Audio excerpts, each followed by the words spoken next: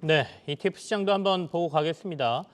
개별 종목 투자하시면서 ETF 병행하시는 분들이 꽤 많이 늘었습니다. 이게 수익률을 방어할 수도 있고 또 다른 해지 전략으로도 활용할 수가 있거든요. 오늘 ETF 스토리 시간에는 KB자산운용의 근점섭 본부장하고 함께하겠습니다. 어서 오십시오. 안녕하십니까.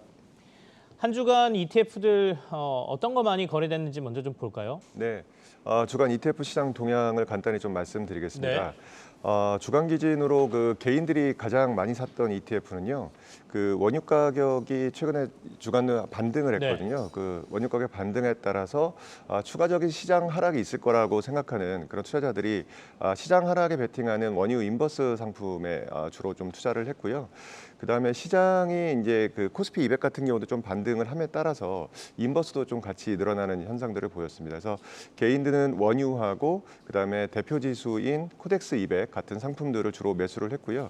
외국인 같은 경우에도 그 인버스 상품 위주로 좀 투자를 했고 특이한 거는 차이나 전기차 같은 네. 이런 테마 ETF도 외국인들이 좀 주로 수급이 좀 몰렸다 이렇게 좀 볼 수 있을 것 같습니다. 원유 인버스에 투자하신 분들은 돈을 좀 버셨을 것 좀 같고 버셨을 것 같습니다. 지수 예. 인버스에 투자하신 분들은 또 도리어 손실을 좀 내셨을 것 같은 생각이 드는데 실제로 수익률이 높았던 한 주간의 ETF들도 좀 점검해 볼까요? 네, 주간 수익률 상위 ETF를 보시면은 네. 일부 테마 ETF가 좀 있는데요. 비슷합니다.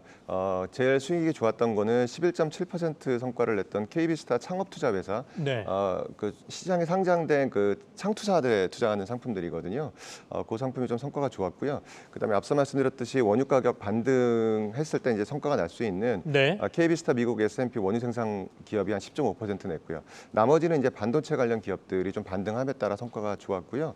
하위 ETF 쪽으로는 최근에 보면은 그 원유 관련된 ETF들이 좀 반등을 하면서 괜찮긴 하지만 원유의 커머더티들은 성과가 별로 좋지는 않거든요. 그래서 그 관련된 ETF들이 팔레돈 선물 같은 게 마이너스 한 7.5%, 나머지는 시장 하락에 베팅하는 나스닥, 코스닥 150 인버스 이런 상품들이 성과가 좀 악화됐다고 보시면 될 것 같습니다. 창업 투자가 ETF 관련된 게 많이 오른 거는 아마 토스와 관련돼서 시장에 이슈가 좀 있었거든요. 네네, 토스가 맞습니다. 이제 신규로 3천억 원 정도의 투자를 받았다고 하니까 토스에 투자한 창투사들이 많이 오른 거 이게 아마 영향을 좀 미친 거 아닌가라는 생각이 드네요.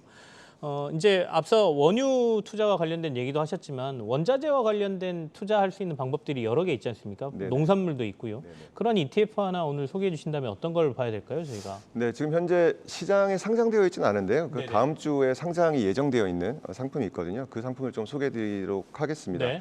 이름은 KB스타 글로벌 농업경제 ETF라는 건데요.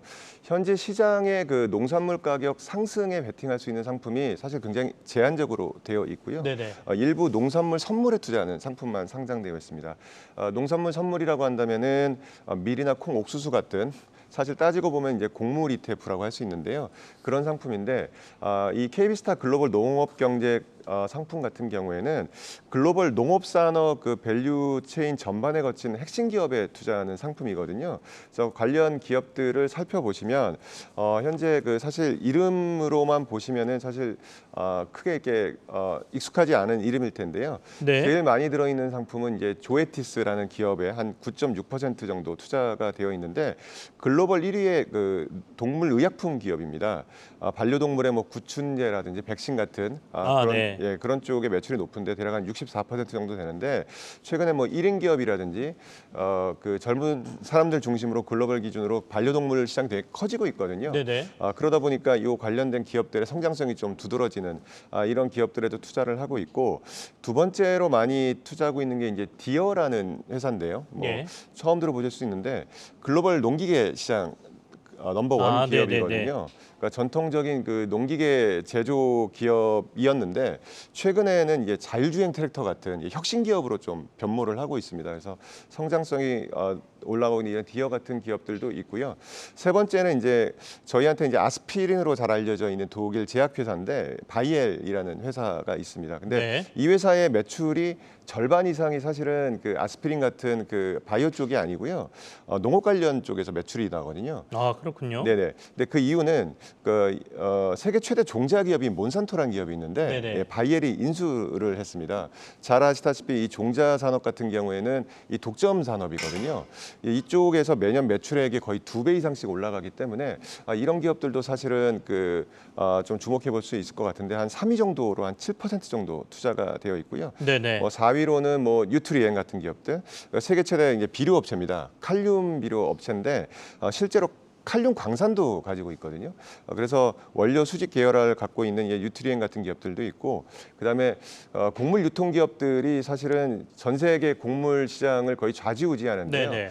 4대 기업 곡물 유통 관련된 4대 기업이 시장의 전부를 차지하고 있는데 그중에 상장 기업이 한 개밖에 없습니다. 그러니까 아처 데니엘스 미드랜드라는 기업인데 이런 기업들을 투자하고 있어서 실제로 원료를 그러니까 농산물을 생산하는 기업뿐만 아니라 종자 기업이라든지 백신 관련된 연관 기업들까지 같이 포함하고 있어서 사실 앞으로 이 농산물 관련 기업들 같은 경우는 최근에 네네.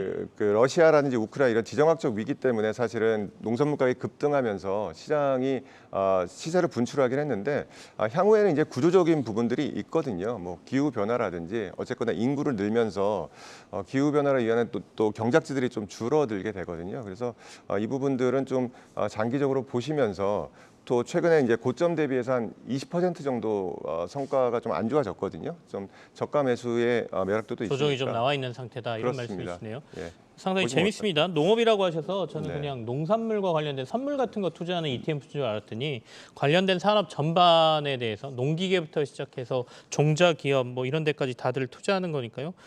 이런 것들을 한 바구니로 모아서 투자하는 게 ETF의 장점 아니겠습니까? 다음 주에 상장된다고 하니까 한번 눈여겨보시기 바라겠습니다. KB자산운용의 금정섭 본부장과 함께했습니다. 오늘 고맙습니다. 감사합니다.